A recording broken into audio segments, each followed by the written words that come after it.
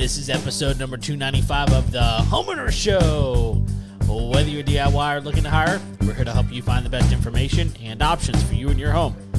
My name is Kevin Hackett, and here with me is Craig Williams.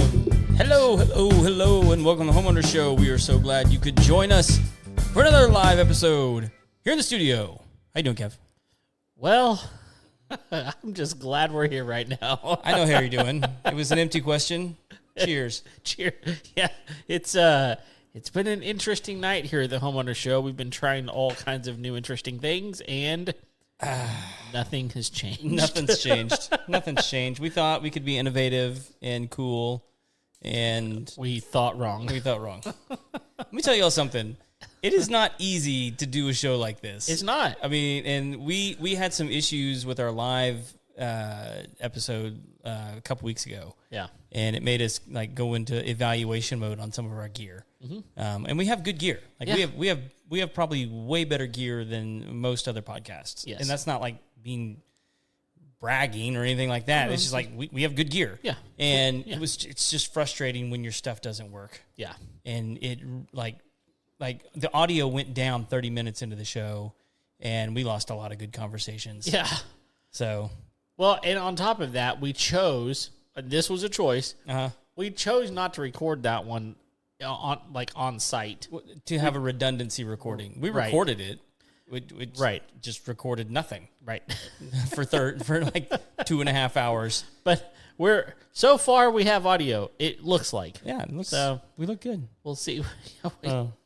In other frustrating news, I got a little toy in my pocket here. What is this? Let's see here. Here we go. Oh my goodness. What? Oh.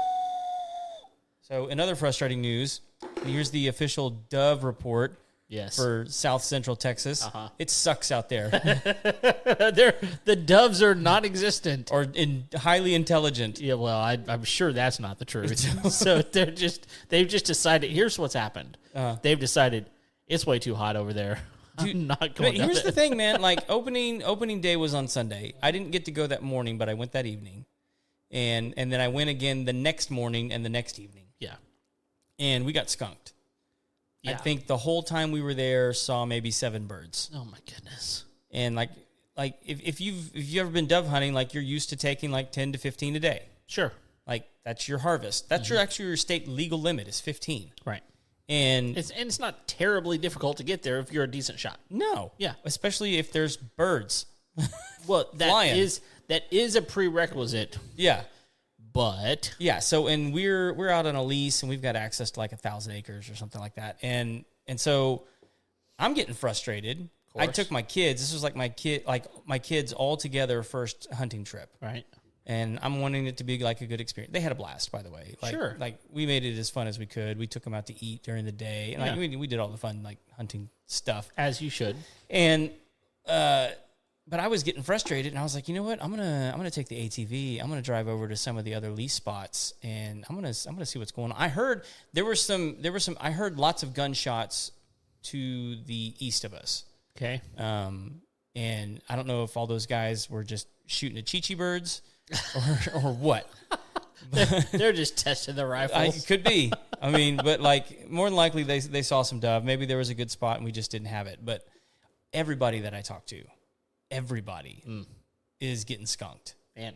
So now I saw, there's the guys that get on Facebook and they post their tailgate full of dove and, and they probably had like a food plot and all this kind of stuff. Right. But like, dude, it sucked.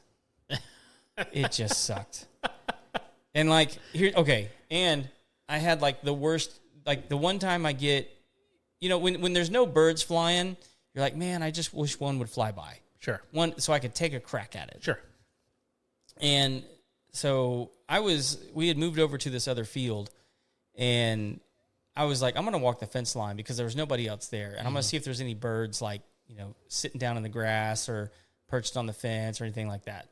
So I'm walking down the fence line, and this one flies up in front of me. And so I take a shot at it, and I miss it. And he goes flying over the fence, and I'm like, well, he gone. Right. And so I'm watching him, just kind of like, well, this is kind of fun. I actually get to see a dove. Sure. So he flies like 60, 70 yards away and then does like a 180 bank and then comes back across in front of me, not even flying that fast, like just kind of like, just cruising along. Was his middle feather up? Yeah. Might as well have been, because I was like, all right, cool. I took 2 more shots at him, still missed him. And it's like, these are shots that I make like all the time. And it's like, while my daughter's watching me, and I'm like, I just walked back to her and I was like, Dad sucks. Yeah. I mean, just so you know. Uh-huh. Couldn't even get the one. The one. And it was taunting And it was me like on the way by. It was like the one dove with a suicide wish. Yeah, exactly. And it's like, he's like, come on, man. Couldn't you get the... What are you gonna do over there, old couldn't man? you get the job done? It's like, you had one job. One job. Kill me. Couldn't make it happen. I'm going back, though. I'm going back. It's always fun. Man, anytime out in the woods is a good day. It is a good day, yeah. So, for sure. But so let's do our sponsors. Oh yeah, let's do it. We got some news stories to get in. We're going to talk about homeowners insurance and all the nonsense happening there. Who we got up first? Well, let's start with Lone Star Appliance Repair. Lone Star Appliance Repair. They're awesome, man. Like we were at our last show. We were sitting there talking to one of the head maintenance guys, the head maintenance guy, and it's just really great talking with him. And I'm sad that we missed that. Lost all of that, because what he was talking about was gold. And basically he said, look, there's so many things that you can fix and that you should fix. And one of the big ones that I just thought, we've talked about this before, but I want to talk about it again, is that so many times whenever an appliance goes out in your kitchen specifically, most people have purchased kitchen appliances to match. Mm-hmm.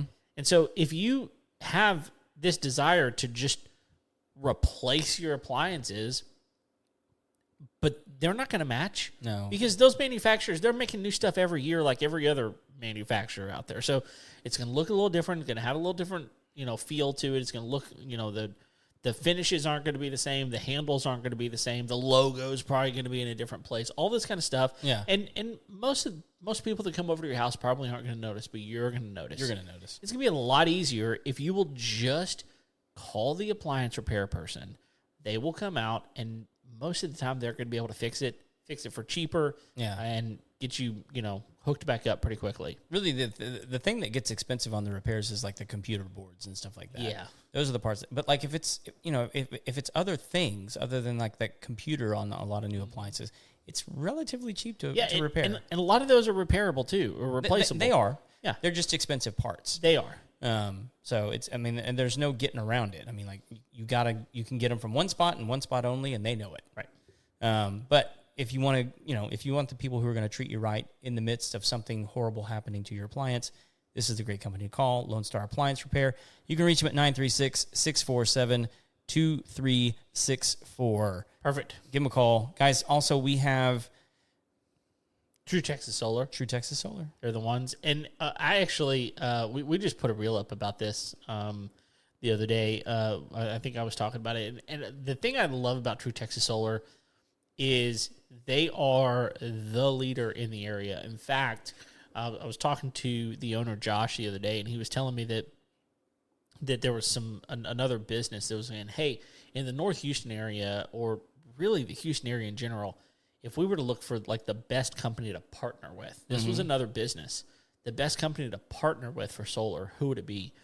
And everyone they talked to was like True Texas Solar. Those guys are doing it right. Yeah. And now they've added roofing as well. So they can take care of you from A to Z, all your roofing needs, all your solar needs, battery backup needs, all your top home coverings. Yeah. I mean, everything that you need is exactly, I mean, it's what we need. So take care of your home's energy source by working with True Texas Solar. Yeah, and I just a quick reminder, everybody, because it's not just solar that they can provide you with. They also, have the whole home battery backup systems as well as redundancy generator systems. Yeah. Whole home generators. They can do those as well.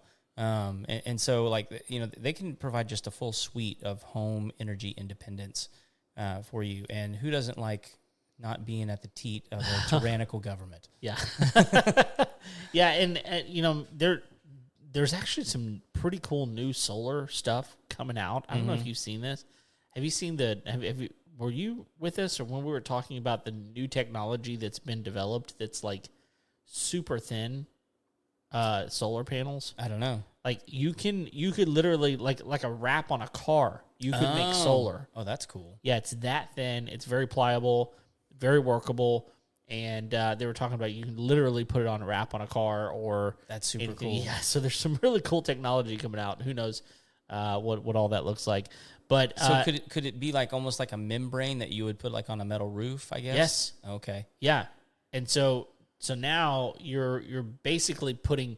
It's almost like you would put a tinting film on a window, or you could literally just wrap your roof with this stuff. Yeah. And someone's developed this technology, and apparently it's super, like 2 wanna test drive millimeter. it. Like I think they said it's like 2 microns thick or something like that. Like super thin. But it would adhere to just about anything, and more efficient. So we'll see. I don't know. But if you're interested in solar, want to learn more about solar, give them a call. True Texas Solar, 936-286-8325. Awesome. Yeah, give all of our sponsors some love. Go like their social media, but give them a call. Let them know that we sent you. Yeah. So anyway, this episode, I called Kevin earlier today, and I was like, hey man, I think we need to talk about this because I was listening to the PBD podcast, and Patrick, David, and Tom over there were talking about some of the homeowners insurance stuff that are coming up in California, because both of those guys used to live in California, and they used to be in the insurance business in California. And so I think they have their heads wrapped around straight on this thing. Now, you could say that they're probably biased because they were in the insurance business, but they had some things to say. It also means that they probably know more than you and I do. Yeah, right. They are closer to the pulse of the insurance business in California for sure, because they still consult in that business. But anyway, here's the thing that the factual bit of it that actually sparked a news story out of the Wall Street Journal is that State Farm announced back in March of 2024 of this year that it would not renew around 72,000 homes and apartment policies in California. Now, we've talked about, before you continue, we've talked about the fact that there are places that are trying to cancel roof insurance policies and try to segregate some things. And that's already happening in Texas. Right. But that's not what we're talking about here. They're just canceling the homeowners policy altogether. Not renewing them. Which, by the way, if you have a mortgage, you are required to carry homeowners insurance. If you don't have a mortgage, I assume you can get around it, but why would you not? But still, you have most everyone that owns a home has a mortgage. Right. And so the question you need to ask yourself is, and 72,000, in the big scheme of things is not that much. Right. It's only affecting 2% of policyholders in the state. Right now. Okay.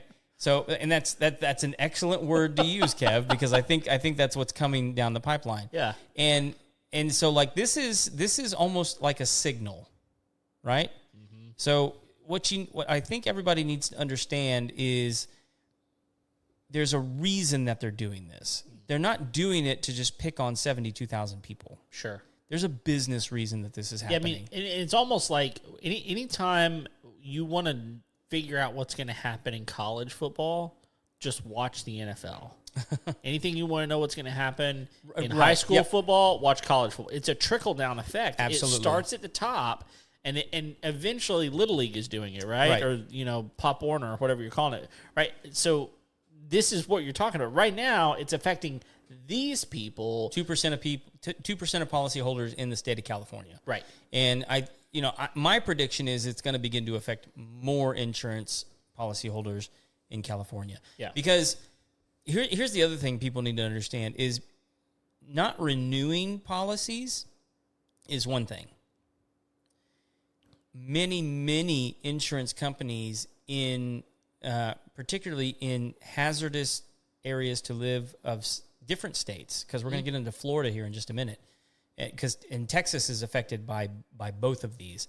But excuse me, there are insurance companies that are quietly saying that they're not going to write any new policies Interesting. in those states. Are they? But are they canceling these outright before the renewal? So that's a totally different thing. Okay. That's a totally different thing. Okay, gotcha. Yeah, and so you have both happening at simultaneously. Jeez. So you have, and I'm going to get into why I think this is happening here in a minute, because there's some numbers that correlate that I think are pretty interesting. I did a little bit of a deep dive on this. I'm by no means an expert, but I was just kind of like following the cookie crumbs, and I was like, oh, isn't that interesting? Oh, isn't that interesting? Not writing new policies is totally different than not renewing policies. Okay. So you have like companies like Allstate, right? Right. Allstate, I think it was last year, and I'll have let me see if I think I have this right here. Yeah. Okay. Yeah, in California, I think this is right. Someone can fact check. I think it's in California, but Allstate quietly stopped writing new homeowners, condo, and commercial policies last year. So while maintaining the policies they'd already written, which I think is a good ethical and moral thing for them to do. They wrote the policies, and the people have paid the premiums. So they're honoring those, but they've said like, no, don't write any new ones. Man. So, but like things like that have a massive economic trickle down. Oh, sure. Because if you don't know, like insurance agents don't make most of their money on residuals. Right. They make money on writing new policies. Right. That's it. That's how they make their commissions. That's how they make their bonuses. That's how these guys make their money. Right. And so like you have, if you're an Allstate agent in the state of California, Man. like You might as well find another job. and that's the thing, man, is like when people are like, well, I don't understand why so many people live in California. Really? Like here's just another thing to add to the list. Like if you're an insurance agent and you live in California and you're with Allstate, you have two choices. You can move over to another brokerage, Right. or you can go to another state. Right. Or if you're a good Allstate agent, why wouldn't they move you to another state? Right. I mean, because you could technically keep your book of business in California open, but like, hey, why don't you go to Ohio? Right. We have we don't have wildfires in Ohio. Right. And so you're a great saleswoman. Why don't you go there and start a new brokerage and sell a bunch of homeowners policies? Yeah. And they'd probably eat it up with a spoon. Now, it's not as pretty Sure. as California. Sorry, No. Ohio. Yeah. But I mean, you're just not. You have other good qualities. Someone still wants to invite you to the prom. Right. But you just won't be the king. Right. You won't be the first pick. It's but this is what's happening, right? And so like, but the reason I was listening to PBD about it is because he was talking about part of the reason that this is happening, and it's a multi-layer issue, right? And most problems are like, if we look at any issue, I think in the United States, it's never just going to be like, oh, it's that. It's not black and white. It's not. It's not that person. It's not this. There's usually like a lot of things happening. Sure. Some are bigger than others, but anyway, what they got on was price controls, and they started talking about price controls because that's come up in this election cycle because Kamala has been talking about putting in price controls on groceries. I've heard this. And I'll here's what I'll say about price controls on groceries. Do you know the price? Do you know the profit margin for most grocery stores on average? Percentage wise. I'm sure it's not super high. If you had to guess, what would you think it is? Oh, geez. Maybe 15%? 15%? Yeah. 1.6. Oh, geez. See? 1.6 on average. I mean, and by the way, restaurants aren't much better. No. The food industry in general is not doing great it's not like people are raking it in. You want to see some scary numbers? Look at the number of chain restaurants that are closing across the country. Yeah. I mean, it's scary. Yeah. I mean, I'm not a big fan of those restaurants, so I'm like, Sure. I'm not like Heartbroken. But I know I'm not heartbroken over those restaurants not being there anymore. What I am heartbroken about is the people that no longer have a job. Sure. Because those restaurants have closed. Right. The people that depend on that income in order to take care of their families. Well, and some people, and look, whether you frequent those places or not, there are people that their date nights are at those places. Right. And for those people, they need those places too. Yeah. Well, and look, Outback Steakhouse, not my favorite steak, not even what I would consider a great steak. Yeah. Right?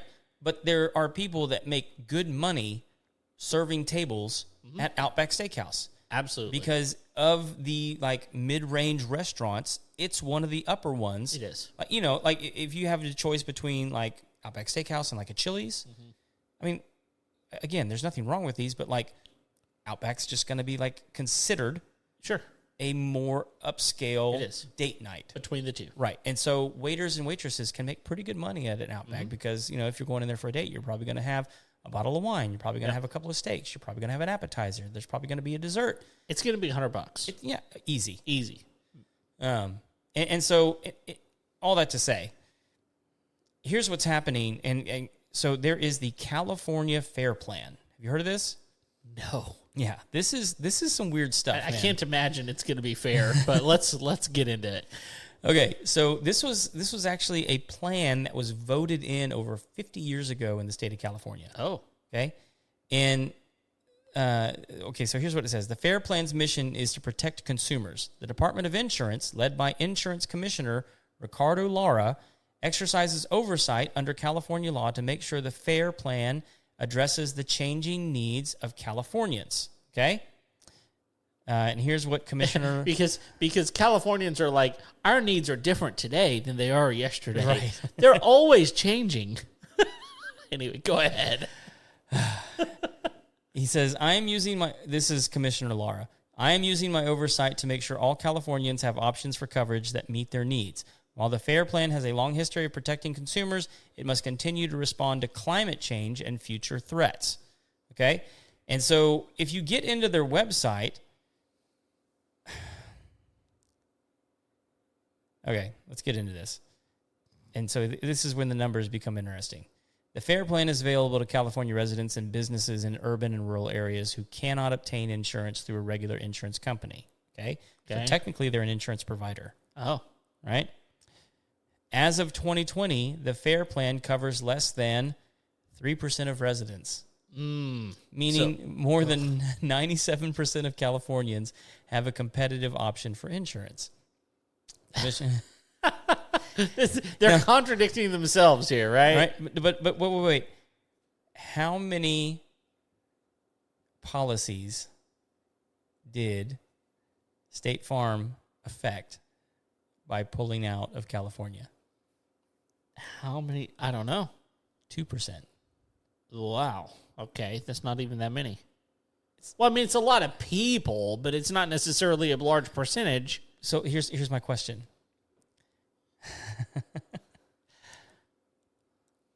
Who is State Farm most concerned about not having to cover with these unrenewed policies? It's the 3% of the Fair Plan. Of the Fair Plan. Yeah. But they assume, pulled out lock, stock, and barrel. Just on those 72. On those 72. Right. And so it's just those. And so I would assume the other 1% are being covered by other insurance companies. But they were the biggest. So what they're saying is we are dropping our riskiest clients. Right.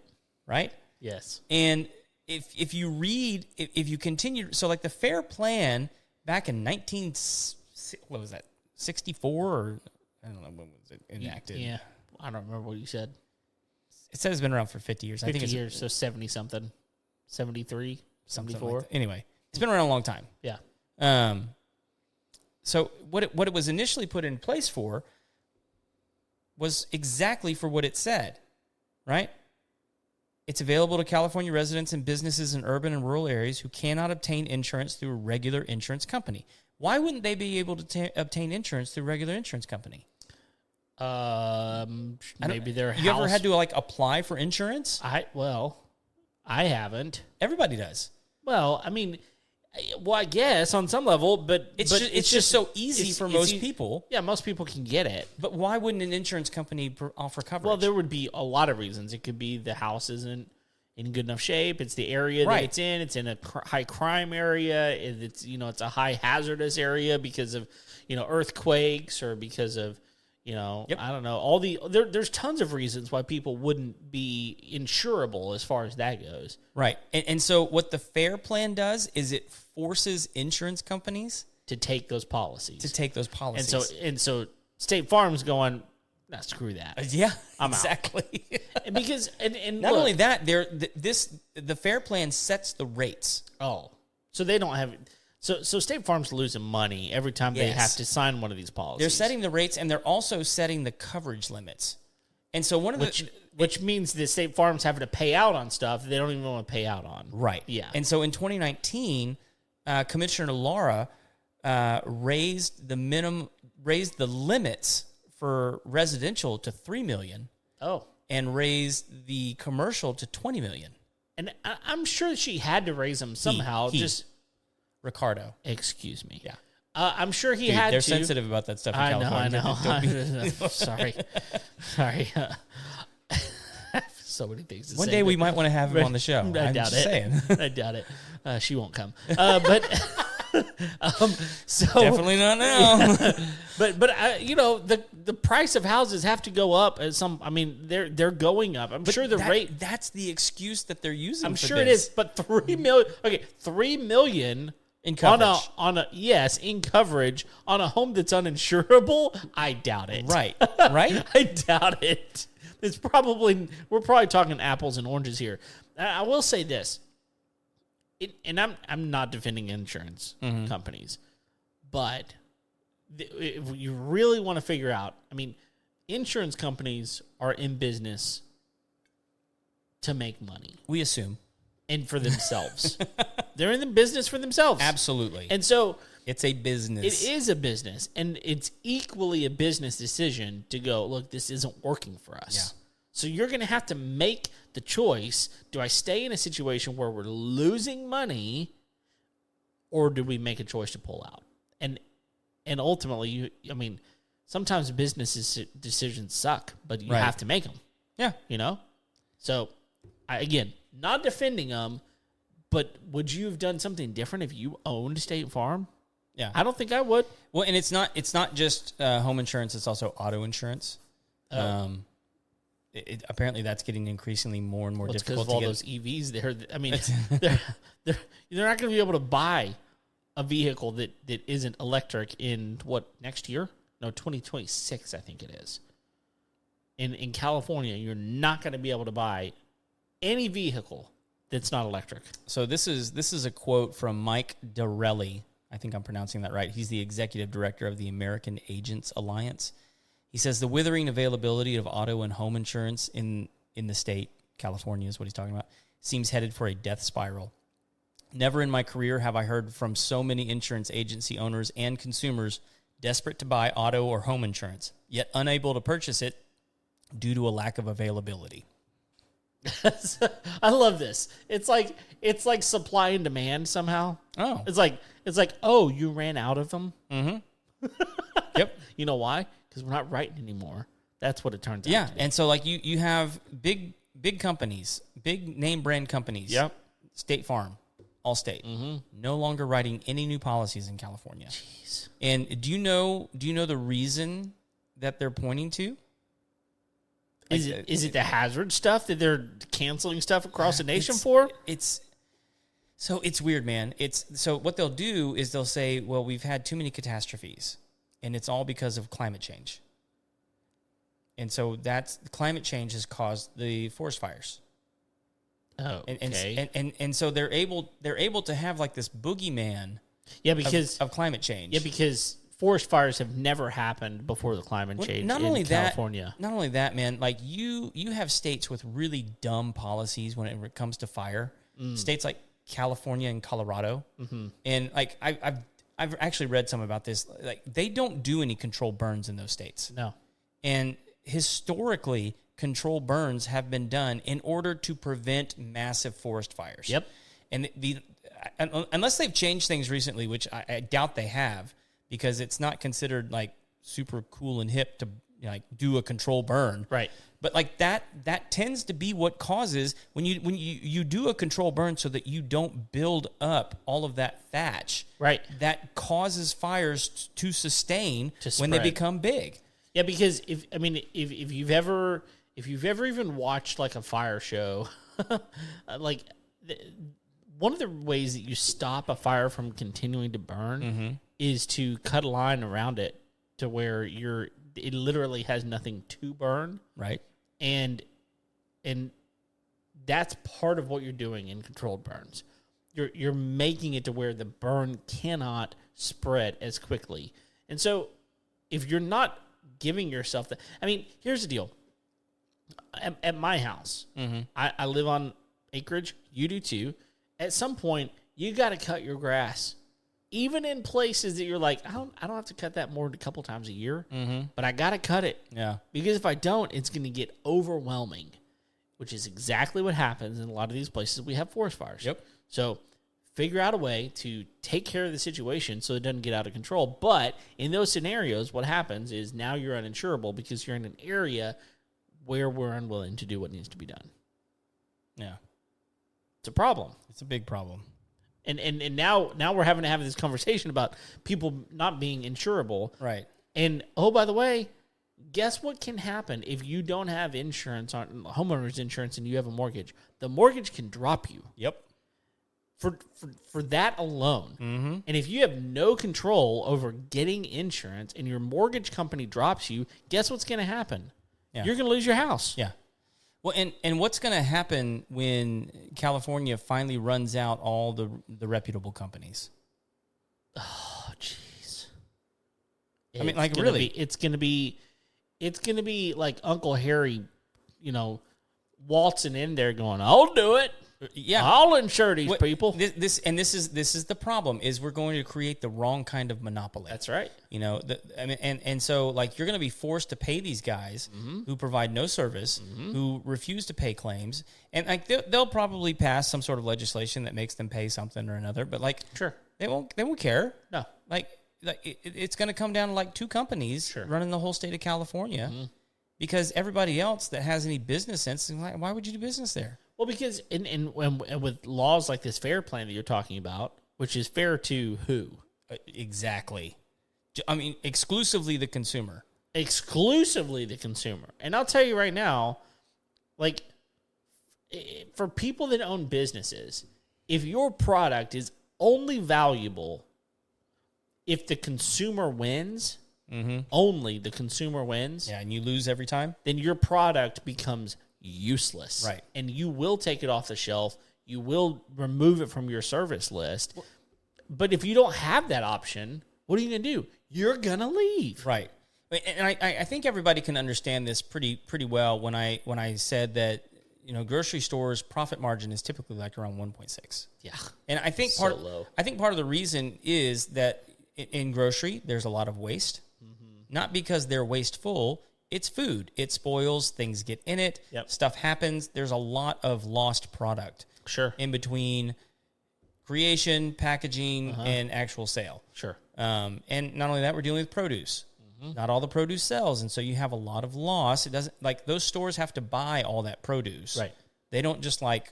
And if it goes bad, it's not on loan from the farmer. No, you throw it away. You throw it away. That's right. And that's a loss. Yep. And so like that, I think that's why their profit margins are so. Dude, I opened up yesterday a carton of sour cream. Okay. And it wasn't like the expiration date on it was like October 3rd, something like that. Okay. It already had mold in it. Oh, it suck. And I'm like, what in the world? Yeah. And it's that kind of stuff, right? Right. Like, and that quality control from the manufacturer, whatever it is. Yeah. But I wound up, just because I don't care, I just scraped it off and got the stuff underneath it, But there's going to be some people that are going to take that back. Yeah. And they're going to want their money back. And what is the store supposed to do? Give it to them. Give it to them. Or give them another thing. Exactly. And what are they going to do? They're going to throw that away. Yep. And they've just lost all that money. Right. And so, but here's what I'm talking about. So, and just assume that I'm right, that it's 1.6. It could be 1.7. 1.7. let's just Wait, it's not like you and I don't have a friend who might know a little something about manage a fairly large grocery store. Let's be generous and say that it's 2%. Okay. And someone comes in and says, you know what, I'm implementing price controls on all groceries. Okay. Right? You can't charge more than this amount for a gallon of milk. You can't charge more than this for a loaf of bread. You can't charge more than this for a pound of ham. Right? And so they just go through and they do that because this is what should be an affordable price for food. Right? we all know exactly what's going to happen. Oh yeah, you have to buy that from a distributor. And the distributor gets it from the manufacturer. This is the way that happens. The distributor's prices aren't going to change. They're not going to change. You're going to pay the same price because the distributor has to make money, and they're getting the product from the manufacturer. And guess who's going to make money? The manufacturer. So the manufacturer's got to make money. The distributor's going to make money. The grocery store has to make money. But if the grocery store has to sell it for a certain price, they're the end. They're the end of the line. So one of two things is going to happen. They're either going to drop the product. Yep. Or the government's going to start subsidizing the cost of food. And we all know how that goes. Well, I'll just tell you, we wind up in a completely different form of government at that point. Or we create a massive bubble that's unsustainable because the government doesn't have any money. No. Well, they can print more. They can look. This is always the solution, right? Let's just print more. Right. But it happens daily, every day. Yeah. But like this is what I'm talking about, and this is now happening with the insurance business. It's because California is coming in and saying, "Look, insurance policies need to be at this price. Yeah. And they need to be able to cover this much. Yeah. And if you can't get insurance through a regular provider, we're going to provide you with insurance." Right. Right? Here's the other sneaky thing that I learned is the reason that this actually works for them. What do governors do every time there's a natural disaster? They trot themselves out in front of a camera and start talking about how they're going to take care of everybody. And what do they ask the president to do? Come in and they ask them to make a declaration, right? Declaration, yes. It's a war. It's a natural disaster. Natural disaster. Why do they do that? Because so that the insurance can take care of all the people. No. It's so that it opens up FEMA. Oh, FEMA. So the government has to take care of it, so the insurance doesn't have to. Because as soon as the president makes it a natural disaster, and FEMA is involved. The state then begins receiving federal money. Yeah. And so they can now fund their FAIR Act through FEMA. They can get all that money, and the state will go, "Hey, FEMA, don't even worry about it. We got a way to distribute everything and get everything. We already have the system in place." And so like it's like they are funding these weird bureaucracies that aren't even necessary. It's like, let insurance companies be insurance companies. Right. Let the market do its thing. Let the cheap guy be the cheap guy. Let the expensive guy be the expensive guy, and let it all come out in the wash. And so, by the way, and again, we do our very best not to necessarily take strong political viewpoints on the show, but I will say this because we have opinions.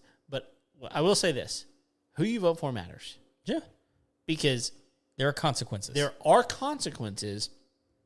And honestly, there's a lot of people out there that are going, look, I'm not one of the people that's probably going to be affected by the FAIR Act. Like I can afford my homeowners insurance. I can do things on my own.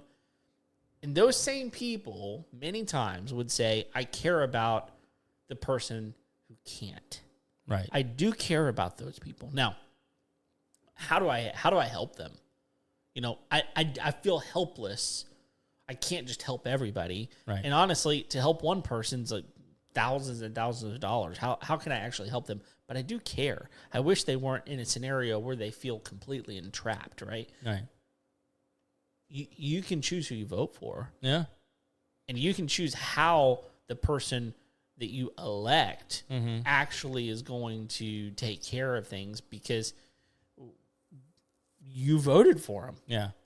I think, but I think we're also witnessing the amount of despair that people, or at least the faith that they have in their vote counting. Because I think what we're seeing is a lot of people moving to areas where they feel like their values are represented. Yeah.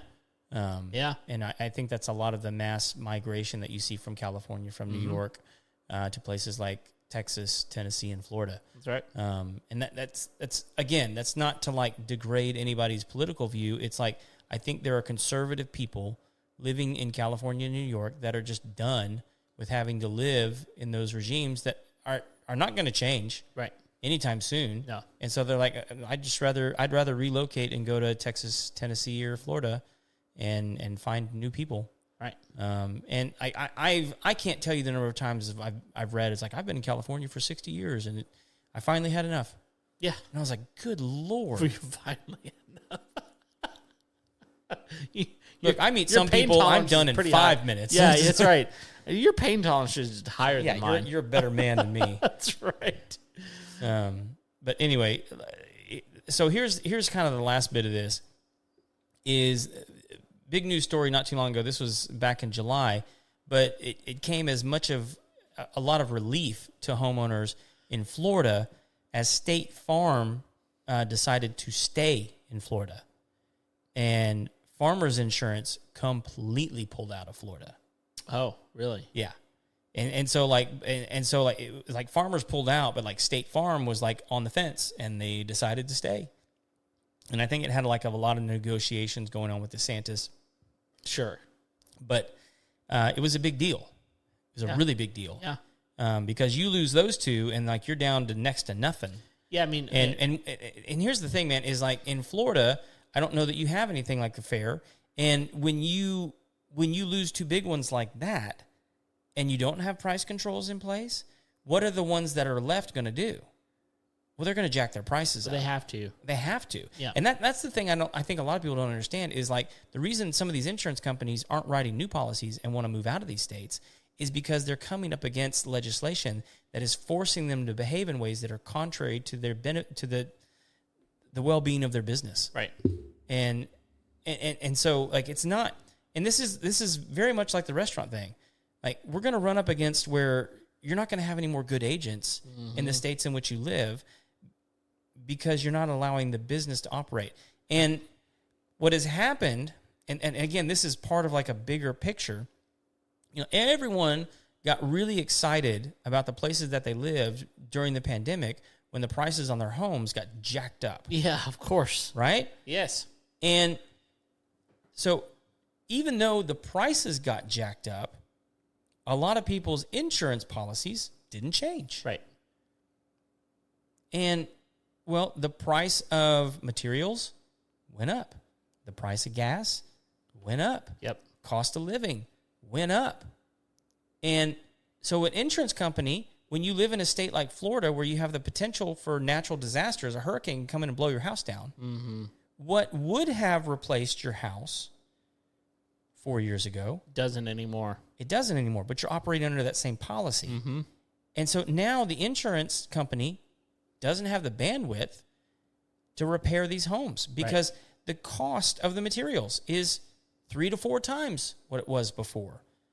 The cost of the labor has gone up. Yep. Everything has gone up, and they're looking at it going like, oh my gosh, like if we have the same kind of policy claims that we did over previous years, like we're going to be upside down. Right. And like it doesn't take an idiot to look at that and go like, oh my God, because like, you know, you have the guy come out, the claims adjuster and all that kind of stuff comes out and looks at, okay, what's it going to cost? What's this going to cost us? And those guys are independent. And so they're just feeding numbers back and forth. And, you know, even though people look at them and go like, you work for the insurance company and you're just here to screw me. No, it's they like, don't. It doesn't work like that. No. They're not all nice people because they get booed and hissed at all day, but Sure. There's some good guys out there. Sure. But like they're just reporting back, and the insurance company is like, oh my gosh, like our costs on these policies has doubled, if not more. Right. So how can we sustain business? We can't. No. So it's more worthwhile for them to go, you know what? We're not going to do business in hurricane states. We're not going to do business Yep. in wildfire states. Yep. We're not going to do business in Tornado Alley. Right. I mean, I guarantee you they're looking at all the most high-risk areas of America and going like, look, we can make way more money Yep. by selling policies in the safest places in the states. Yep. And why wouldn't they? Why wouldn't they? I don't know. So, I would. Yeah. And especially when you have states like California that are going like, well, you can be here, but you're going to operate under these. And so, like, you can't write policies that are going to be paying more than this, but they have to at least pay out $3 million. Right. It's The policy dictates you have to. yeah. The state's dictating that. Well, I know. But, I mean, you wrote the policy. Yeah. And so you're bound by it at that point. So, and, you know, in our business, what we've always said is, like, whatever's happening in California, just know it's going to be here in 10 years. And I think that's true across a lot of businesses. Yeah. California is I think it's the biggest economy in the U.S. State to state. Right. Which is a weird one to me. Yeah.